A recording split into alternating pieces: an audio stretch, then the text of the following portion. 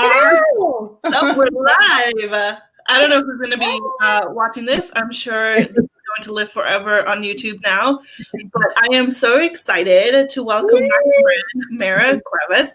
And Mayra, can you tell us a little bit about yourself? I mean, like, I know who you are, but maybe people don't know who you are in your lovely, lovely book. It's so good to see you, Manya. I miss you. I miss hanging out with I know, and it's so funny. We're like so close, and we were just saying I know. so close, and we don't get to see each other nearly enough. We only get to see each other when we do these. So I'm so glad I get to do this with you and talk craft books. But we'll get a little bit into that first. Tell us a little bit about yourself. Well, hi, everyone. My name is Mayra Cuevas. I am originally from Puerto Rico, so I am full-on Latina. And I wrote a YA fun, sweet YA rom-com called Salty Bittersweet, and it's perfect for the pandemic because it has a lot of food and a lot of cooking, and you get to travel through France and Spain, so it's multiple international locations, which is super excited to be able to write because I love to travel, right? So now during the pandemic, we're kind of all stuck at home, so yeah, travel with books. Yeah, I was just going to say this is perfect for those that can't go anywhere right now. Like you can escape and travel with a book. So it's awesome. And there's lots of food in it. So I know. So it will make you hungry when you're reading. And then I have a short story that just came out as part of the anthology Foreshadow, The Magic of Reading and Writing YA.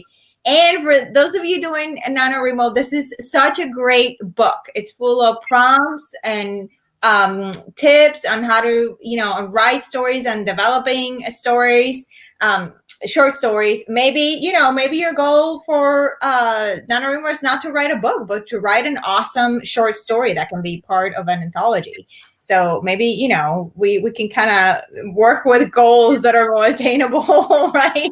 While we're all struggling through like election, having the kids at home, and now with the storms, electricity going out and all that stuff. So, I mean, listen, we can't complain too much because we're not in the Gulf Coast right now. So correct. So maybe a short story, it's what's in your future and not a full-length novel. And that is okay. That is perfectly okay. That's perfectly okay. So I'm super excited because NaNoWriMo starts in like a day and a half this Sunday. And sometimes we need some prep. Actually, not sometimes. We always need to prep for any project that we're going to be writing. So first, before we get into some of the craft books that we're going to be talking about, because I have my stack and I know you have your stack and we're going to discuss it, but I'm kind of curious to know, how do you prep for your next project? So I'm a big outliner, as you know, Maya, because you have seen me like crank out the outlines. Like I have all these forms that I use to outline, and little guides with questions that I have formulated over the years with the many dozens of books that I have. There's a huge pile right now next to my laptop of books I want to share with you. So when I read the books, I kind of take notes, and then I start working on my outlines based on those notes. And that's my prep. I start reading and researching and kind of getting familiar with the characters, coming up with, lists of characters. Some are always going to develop as you are writing the story, and they kind of just, show up and they say, I'm here, put me in the book. Like, for example, with Salty Bittersweet, that was the case with the grandmother. Initially, when I plotted the book, the grandmother wasn't even part of the story. And then one day she showed up and she took over half of the book. A whole half a book. She showed up. I know, and everyone loves Lala. It's like everybody's favorite character. So, now I'm working on a picture book that's kind of like a little bit of a spin-off of Lala, the grandmother. So yeah, she's just, everybody just connected with her because she's so sweet and magical and lovely, and she uses food, to kind of tell you how much she loves you. So she's lovely. I love a good grandma story. I was telling you earlier that I'm working on or finishing up a middle grade graphic novel, and the grandma is a big part of it too. Because I love my grandmas, and they're like very far away, especially right now. So I haven't seen them in a hot minute. But there's always like a special part for grandma. They just love so hard, and I love those kinds of stories. So you know, growing up, like both my parents worked full time. So my grandparents raised me and my sister and my cousins. They were always there. They were always there with a hot plate of food when we got off the bus from school. So, yep. You know, I have a very strong connection with my abuela and my abuelo, who still live in Puerto Rico and they're like in their 90s. So they do feature prominently in the stories that I write. Yeah, my grandmas were a pretty big part of our life too. My parents also worked before we even moved to the United States, obviously. They never did end up coming down here with us, but over here. But they too, like my grandma would like wait, because our apartment buildings were essentially like right across the street from each other. So like, in the morning, my brother and I would get up and we'd like go to the window because we can like see each other from the windows. And my grandma would like wait to see us and then come and get us. And then we'll do stuff. And then once I started school, like I always came back to her house. Oh my God, I love that. I love that. While the parents worked, because my mom was a teacher, but yeah. I would love that. Okay, so let's talk. Do you want to start with plotting books, since we're both big plotters? Let's do it. I'm trying to like look through some of the books over here. Oh, I got all the notes. I mean, you can see from this one, like all my you got Save the Cat. That's this is the original one. For the camera. And I'm like, this is the original one, and it's so good. But I really love the Save the Cat Writes a Novel, because it's and it's done by a YA writer, Jessica Brody, and she translates it essentially for everyone to be able to take this but write a novel, and it's so genius and it's so good. But I love that one too. I couldn't find mine, so either way, same thing. Okay, so it's so good. I love these books. So because when you're plotting, they give you essentially, you know, the points that you need to hit. So when you're writing a novel, it's like building a house. So you have to have structure within the house, right? Like all the pretty descriptions and the gorgeous scenery and all that stuff, that's just the paint that you're going to slap on the walls afterwards. But you need to make sure that your framing is in place, that your plumbing and your electrical are in place, that the foundation is solid, that you have high stakes, and that you have compelling characters. Those are all foundational things for a story. You know, the rest is just kind of like a coat of paint. So, I mean, I think these books, so Save the Cat Writes a Novel basically gives you a full structure of like how to, hang on, I'm looking for this. So it gives you a full structure of basically of all the plotting points that you need to be hitting in your story for, so you don't have those sinking middles that everybody kind of talks about. If you want a more simpler version of a plotting outline, Story Engineering does that very, very well. This is kind of like, you can start with Story Engineering and kind of graduate to Save the Cat Writes a Novel, but they're both excellent books. This one was written by Larry Brooks, and this one by Jessica Brody. Yeah. I love that you call it sinking middles. Yes, everybody struggles with the sinking middle, especially. No, I've never heard it called sinking middles. I always felt like I always call it like muddy middles, because it just feels like you're muddling through it. But I love that it's a sinking one, because I do feel like it is very appropriate that you would kind of like, you have some momentum and then suddenly you're like, I don't know what's happening here, and you kind of like get stuck a little bit. It is like a sinkhole. Well, yeah, it is like a sinkhole. And the other thing is, especially like when you're trying to figure out the story that you're writing, you kind of get lost in the woods a little bit. And what happens? You end up putting all that lost in the woods on paper. So you end up going to all these different directions. And sometimes you end up with whole chapters that, what are you trying to say? Where is that going? You don't need that entire chapter. What is the purpose of that chapter in the story? So even if you're a pantser, like these books kind of help you mentally define, like, what is the purpose of the scene? What is the purpose of the chapter? What is the journey of this character taking externally and internally with the emotional landscape? which is even more important. The emotional landscape of your character, that is of prime importance. I cannot say that enough. Yeah, I love it. All right, what else you got for us? Okay, so another book that I really love. You can tell the ones that I just absolutely adore because by the amount of little, like I love it. That's how I know I should just go borrow yours. I don't have to like read the whole thing to get like the important stuff. Yeah, it's got the highlights, important stuff. So The Breakout Novelist by Donald Mass. There's also one called The Breakout Novel by Donald Mass, but they didn't have that at the local Barnes & Noble when I went to get it years ago. So yeah, you can get either one. They're both great. This has so many awesome insights. If you don't know Donald Mass, he's a literary agent, but apparently he's I don't know him, but from his book I can deduct that he's a literary agent with a great editorial sense.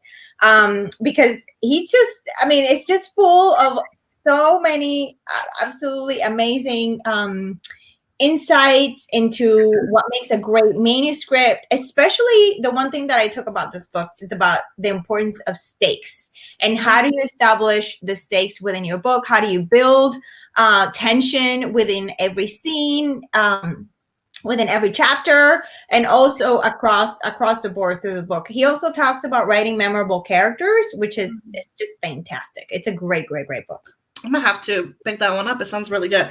One of my favorite ones, and I don't know if it's on your list. Oh, hello. I have both. Hang on, where's the other one? I have both of her books.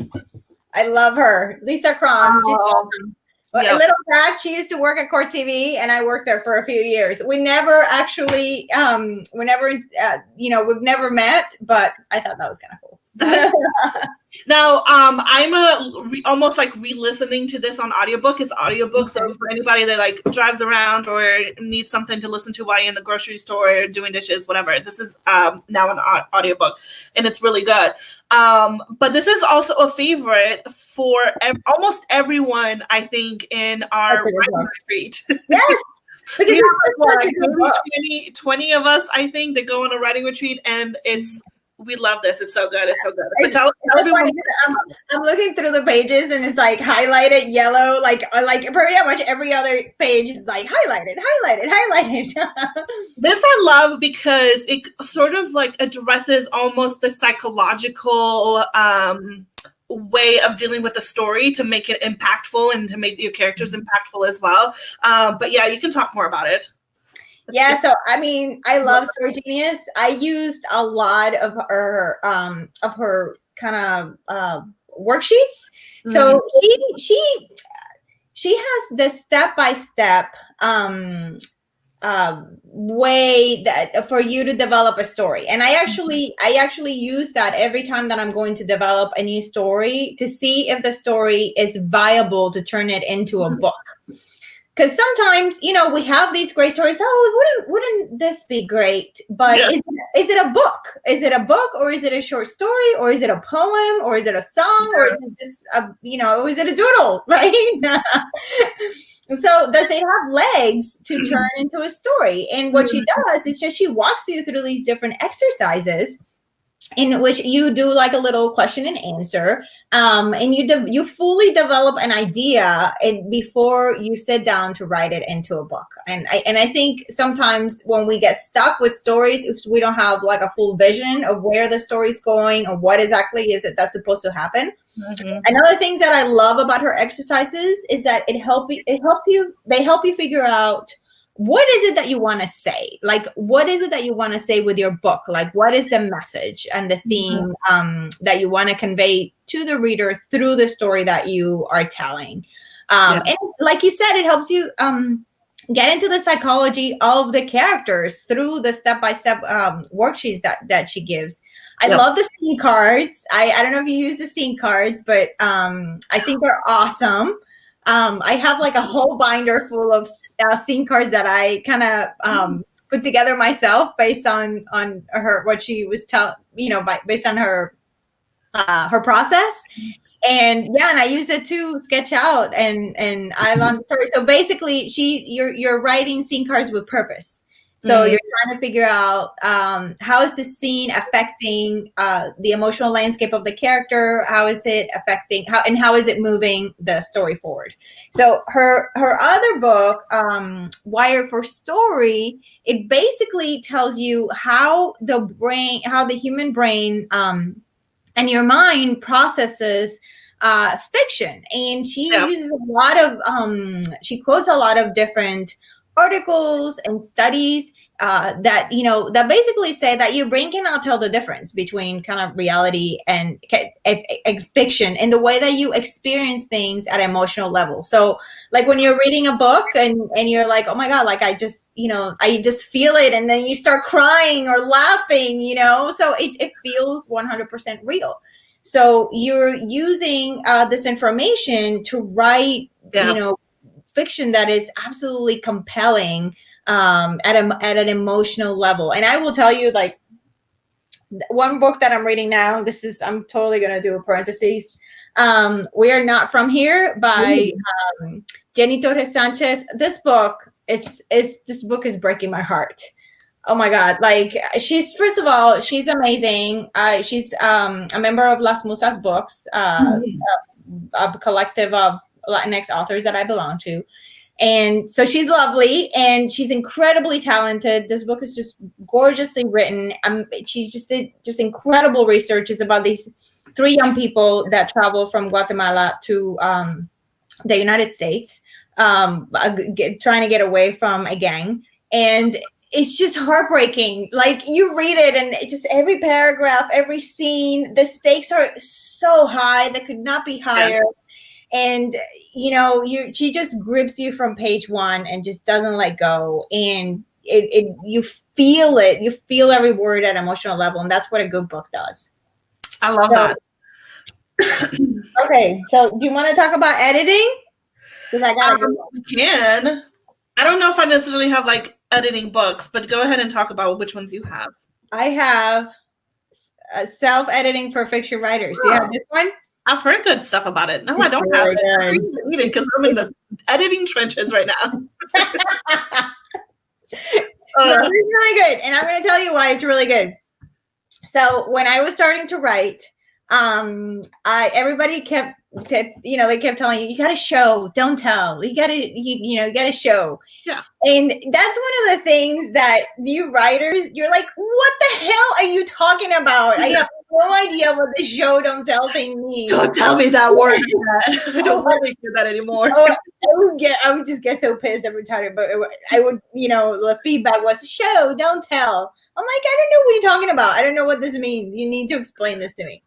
So a friend of mine recommended this book, and it literally was the first time that I read a description of show, don't tell, that actually made sense, because it's just very technical, and they give you a lot of examples, and it clicked. Like I finally, like, I got it. This is what they're talking about, and then I was able to put it on the page, right?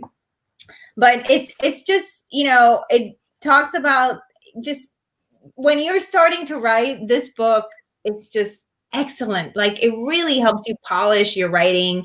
It makes your fiction just be more professional. It talks about beats, about interior monologue, dialogue mechanics, point of view. But my favorite chapter is always going to be the show and tell chapter. It seems just excellent. It's worth writing the book just for that chapter.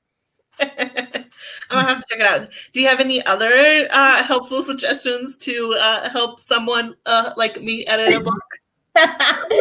So let me see. Do I have more editing? It's okay if you don't. I do have the Writing Irresistible Kitlet. Oh, that's a good one. This is awesome. And what I love about this book is, like, if you are starting to dive into the world of Kitlet, this really explains the differences between picture book, middle grade, young adult.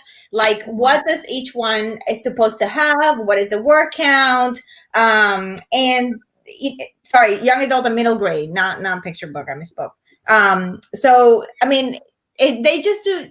Mary Cold is the author, so she just does an incredible job at really kind of giving you, these are the components that you need to have in young adult and you need to have in middle grade. For example, like sometimes in young adult, I think one critique that I got in a manuscript, in a young adult manuscript at one point in time, was that the voice sounded too young. The voice just sounded more that she was gearing towards middle grade.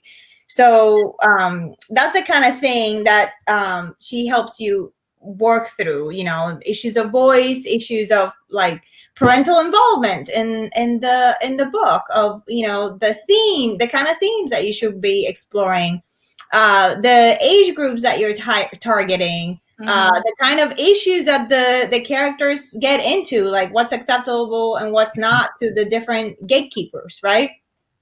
So yeah, I'm actually revisiting this book because I'm taking that young adult. It's a young adult set in camp, and I'm turning it into a middle grade. So I'm gonna be revisiting this book. Oh, I like it.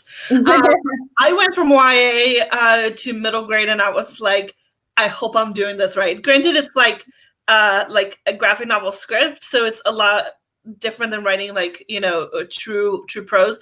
But there were times when I was like, I hope she doesn't say because it's a lot of times. Who was I listening to recently? I think it was our friend Kimberly Jones was talking about the difference between middle grade and YA, and especially when trying to figure out where in the middle grade sphere you're trying to write, is that always sort of like age up the characters a little bit. So it's almost like middle grade is looking to talk about issues that are a little bit older because those kids are looking to the older kids wanting to be like them. So I thought that was a really interesting way to kind of think about it. Do you have any books like when you're writing and you need to like look up things to help you out? Have show you an example and you might have something like it.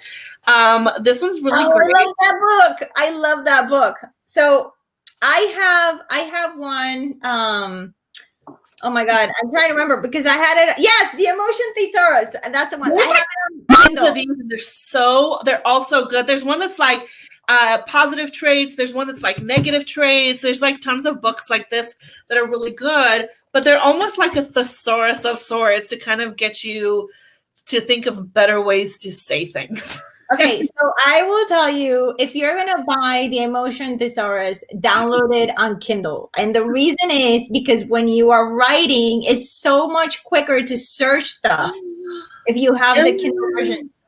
I have it in Kindle, and it's super fast. I just look up if I'm stuck on an emotion that I just need kind of help coming up with the right word. I'll just do a quick search on the Kindle version, and then it helps me find. It comes up a list of all the words that they recommend, and I love that book. That's a great find. And speaking of these little toolkits, Scrivener. If you haven't checked out Scrivener, you have to go to the website Literature and Latte and download yourself a copy. It's only $40, but it will make your writing life so much easier. Forget about Word, forget about Google Docs. This Scrivener, if you want to be more professional and be more organized, you want to work in Scrivener.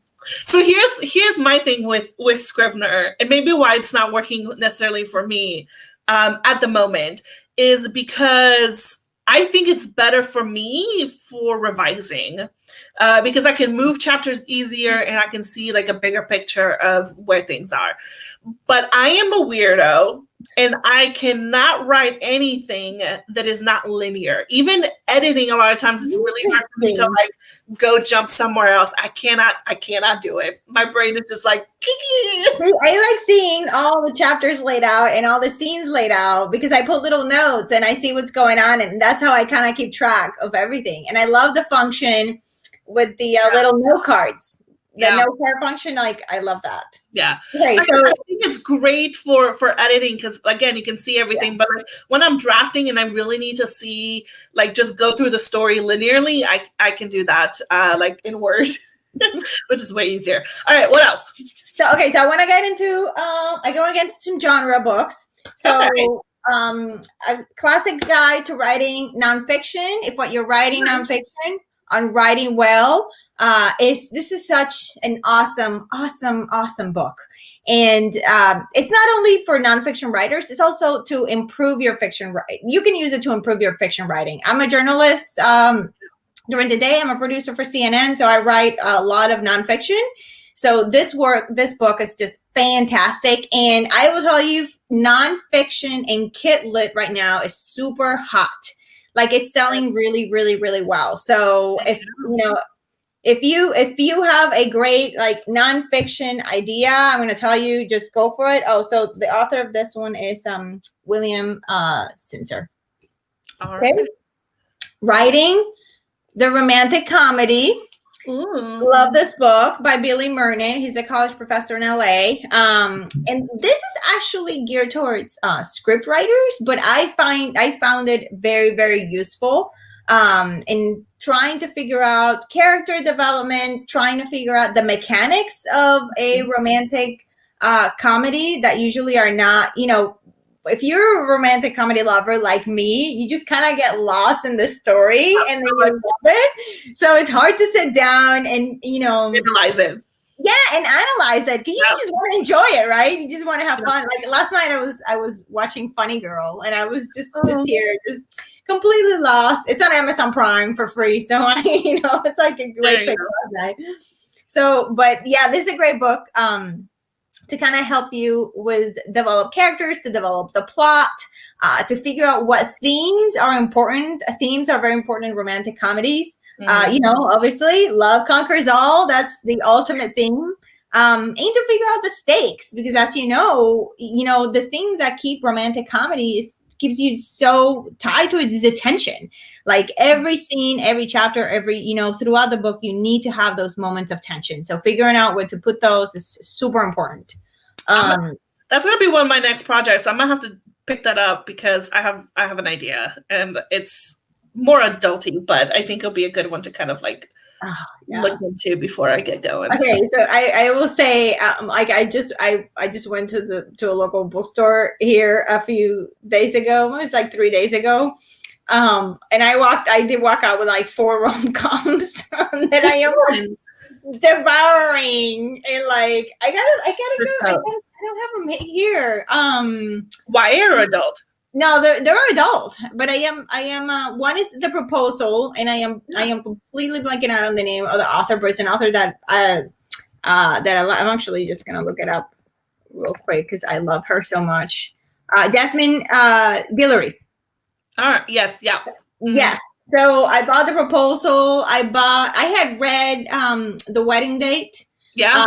Which I loved. And then I bought another one that's based in England, something with a queen. I can't remember, but I'll read it, and I love it because her books are like eating cupcakes and they're just delicious. And I bought a couple more. I can't remember all the titles. I was simply picking, okay, light read. Like, this is what I need right now. So I had a bit, I think it was like around like May and June, like in the heat of the pandemic, where I was devouring rom-coms as well. I was this is what I need. I know. The epitome of escapism right now. It's so nice. I will say it's really nice that I've gotten a lot of feedback from people about Salty Bittersweet, that they're like, oh my God, like I needed this book right now. Like it's so light and sweet and lovely, and like it's got all this great food. I'm like, that's awesome. I am so happy that I wrote a book that is bringing you some joy. Absolutely. That is such a good book too. So I have a really fun book that I want to share with people, especially if they're anything like me and are writing like fantasy, sci-fi, whatever. And this is such a fun book because it almost gives you like exercises and things to do. But it's the Wonder Book. Ooh, cool. And then inside of it, it walks you through like, it walks you through like everything of different characters, different settings. It's just such an interesting book. It's by Jeff Vandermeer. And it's technically called Wonder Book, The Illustrated Guide to Creating Imaginative Fiction. Okay, so I have my version of that.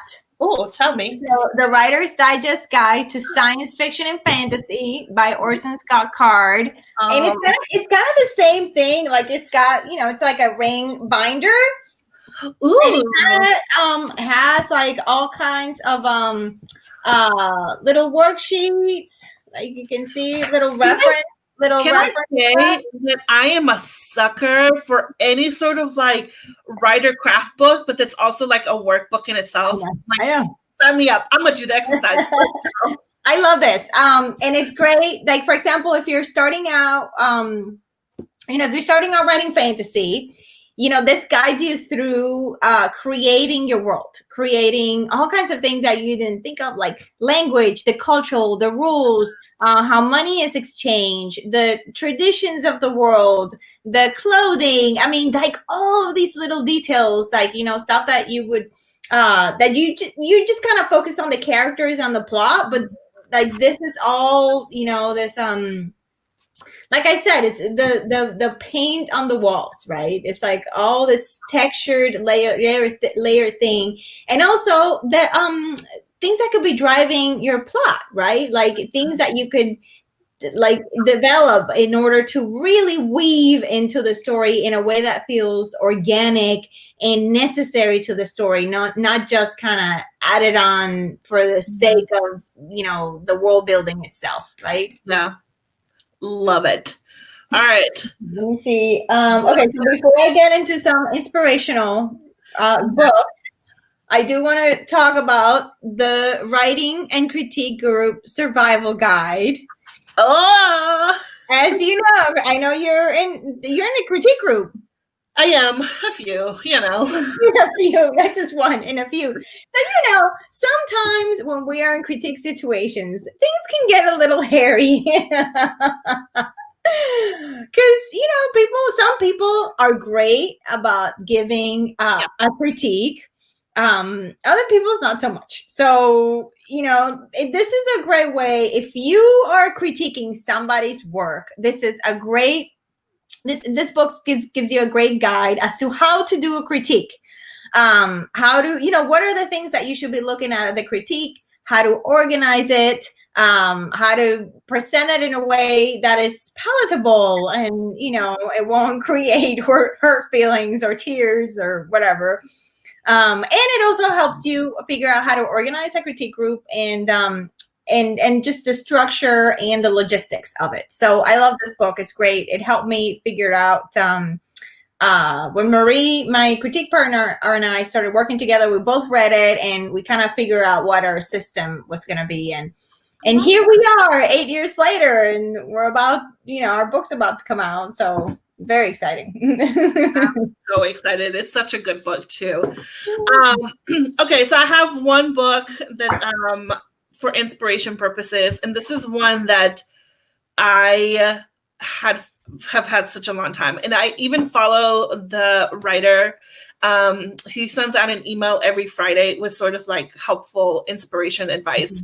And the book is, and this is a little bit of weirdo book, but it's called Still Like an Artist by Austin Leon. And it's really fun, like little doodles and stuff. So it's such a short, fun book to read, but a lot of it is basically what the book says, still like an artist, but not copy anybody. You don't want to ever copy anybody. You still want to be original, but this is a good way to kind of look at art that does inspire you and how you can kind of use that for your own inspiration to make your own art better. So that's one of my books. And he has a couple of other ones like Show You Work as an Artist, and I can't remember what the other one is, but he has like 3 right now. And then a little workbook as well that is really That's awesome. I love the little workbooks. Yeah. I mean, it's great. And I think what's true about that is like as you're developing your own voice, your voice is almost sometimes going to sound like other people's voice, as just you're trying to figure out like what your voice sounds like, and you become more confident in it, right? Absolutely. So, yeah, I mean, I think as long as you're, like you said, as long as you're not copying anything from anybody, because that is illegal. Like, but his emails are really great too, because they're not just like completely necessarily related to his own books, but it's finding like interesting articles or cool other artists that are doing interesting things or whatever. They're all so varied, and it's just like in like a friendly email that you get full of inspiration every Friday. So and I love the article idea because a short story, Resilient, that I wrote that was published in for Shadow, that short story actually came from a story in the Washington Post. I read a story in the Washington Post about this group of young people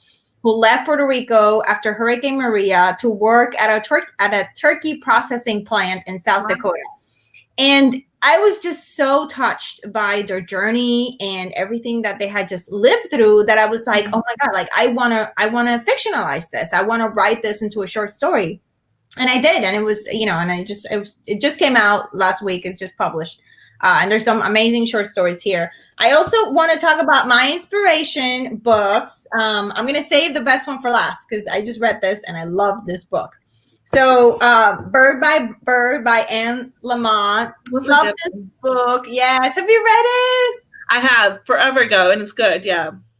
Yes, this is such a good book. Just filled with little tidbits, and she's just so honest. I love her honesty. Basically, you get to kind of pick her brain and see like all the things that are going on through the mind of the writer, the good, the bad, and the ugly. And it's just I love this book. It's so great. Stephen King on writing. Love this book. I love Stephen King. I love Stephen King. I know, like. Do you like Stephen King? You said you like Stephen King? Yes, I love Stephen King.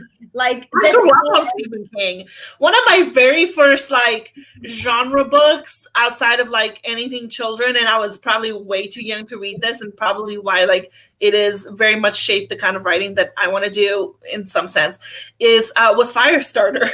Oh my God! Yeah, I was way too young for that, but yes, it probably gave me nightmares for a while. But it was so good. It's so good. Okay, so I will say The Stand is like one of my favorite books of all time. Like I love The Stand. I mean, I love his writing. Like he's just an amazing writer. And actually, before this, he just did an article, an opinion piece for the Washington Post, and I was reading this before I logged on. I was just like, oh my God! And I'm literally reading it, like devouring, like. Savoring every sentence, just going, he's so good. He's just so good. Even in an opinion piece, he's so good. Yeah. Exactly. Yes.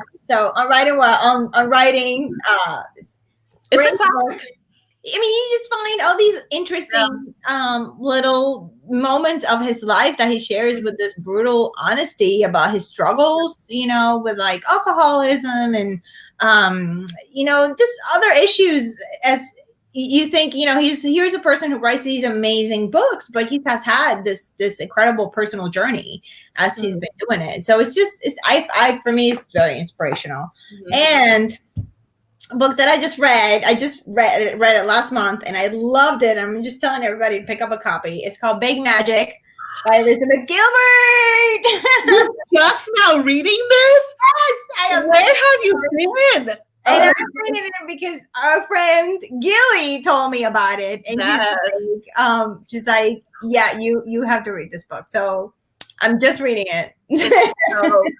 What I appreciated about that book, and maybe you did as well, is sort of like, as especially as a writer, she says as a writer, this pressure to put yourself in a situation where your art has to make money, and that is just not feasible unless you're like a multi-New York Times bestseller. It's just, some people get very lucky, but for the most part, like, don't put that kind of pressure on your creativity, because then it might be like stifled and then you'll not be able to explore things as well. So I think about that a lot, especially as hopefully one day being a published writer and potentially doing like a series, like, oh man, like that was the pressure of just like having those deadlines and being able to meet them as well. But it's such a good book. But that's always one thing that I always come back to, of just like, sometimes your art just needs to take some time, and it is a-okay. I think that as writers, a lot of times we think that like this book has to be published and this book has to make money and this book has to be successful, when in reality, sometimes it's just not the right time for it. So yeah, I love that she really gets into the money situation, because I have had so many conversations with other writers that really struggle with balancing a day job and writing the book. And some have actually left their jobs after they've gotten a book deal. And I am like, every time I'm kind of like, I cringe inside, because I am like, what are you doing? How are you going to pay the mortgage? How are you going to pay your bills? Like, Yeah. And like I'm very lucky. I have a full-time job, and thankfully I have the flexibility that get up in the mornings and work on a few pages, and then and the weekends, and then and if I have to, if I'm on deadline, then I'll work at night, or I'll take a couple days of vacation and try to work on something. But yeah, I mean, keep the job. Like now I have so I have salty bittersweet for Shadow, and I have two more book deals that I'm working on. I'm not quitting my job. I am not quitting my job. And then the other thing is that nobody tells you, these payments, your payments are going to be staggered over a long period of time. Yes, like the 2 contracts that I have out right now, the payments are staggered because they're 2 book deals over almost 3 to 4 years.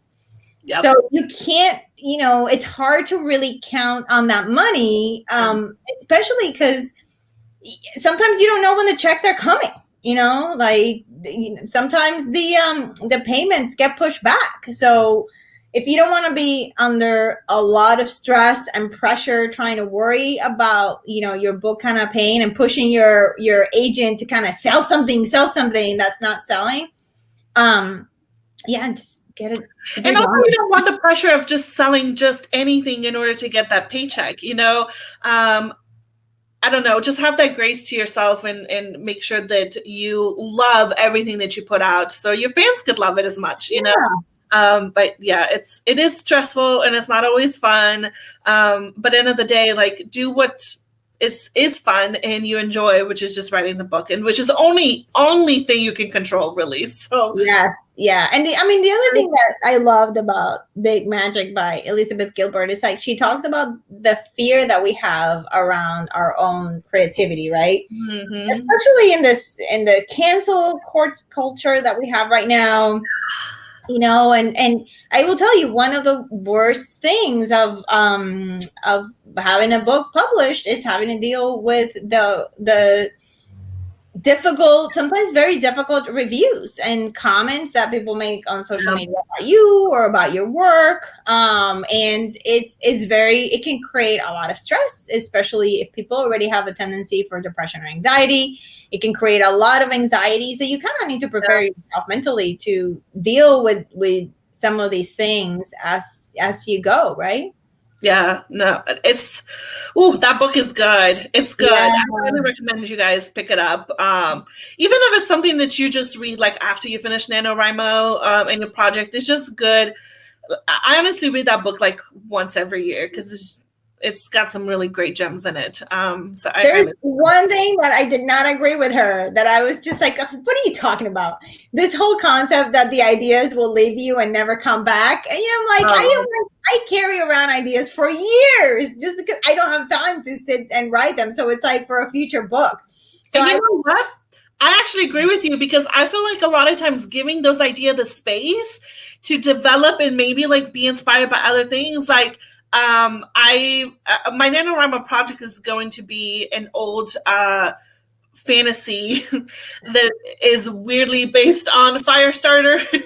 That's awesome. But it has changed drastically because of me not having the time to work on it, but being inspired by other things and seeing in a way where the YA genre, fantasy genre is right now, and kind of where I wanted to, not necessarily like where I want to take it, but where I want to go with my work to make it weird. I'm going to make it but I don't think I would have been in the space to think about it and add those elements in it 2-3 years ago when I was first working on it. So I know they totally shift and change and stuff. So I am like, I'm sticking with my ideas and, carrying them around for years with me until I'm ready to burst them into the world. Right. Yeah. Just write them down, write a couple of notes. Like I have notes in like documents of like ideas, like all over the place in my phone, in my Google Drive, in my emails. Like it's so bizarre, but sometimes like you just need to just put them down and maybe not get distracted by them at the moment. But like put those ideas down and come back to it later. Like they're always going to be there. Come back and revise or like review them and see what else you could add to them. Because sometimes they're just ideas and they're not like fully fleshed, like you said in the beginning. They're not quite, don't have legs yet. They don't have legs topics yet. So that is perfect.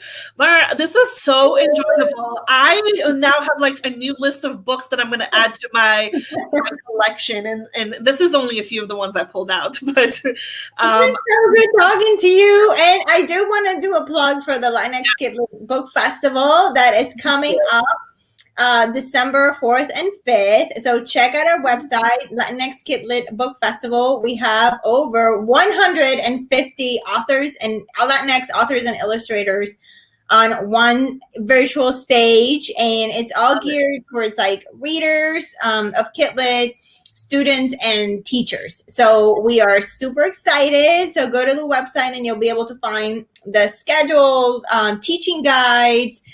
You can win free books for your classroom. It's really, really cool. That is fantastic. And then tell us a little bit where people can find you. And what if you go to my website, mayracuevas.com, and go to the blog, there's a ton of videos there about plotting, about working on your story, about my book journey and that kind of thing. So yeah, go check out, send me a message if you have any questions. Yeah, we'd love to answer those. By the way, for anybody that doesn't know, you are fantastic, and you organize a really great writers retreat for us, our little critique group here in Atlanta. Yes, and I always appreciate all of the really great advice that you give everybody. So definitely worth a check on her blog and see what other stuff she talks about. You have no idea how much I missed the retreat this year. I think about it every year. This is the first year we're not doing it, and it's not. I know, total tear. Like, I'm looking forward to having one next year. Hope, fingers crossed. Awesome. Yes, I know. Hopefully, let's just be over. I'm so ready for this to be over. So hopefully, but this was fantastic, and I'm so excited about your new projects. And yes. Keep an eye out and go follow her on social media and everything, because I know you have some fun stuff coming up down the pipeline. Bye, everyone. Bye, guys.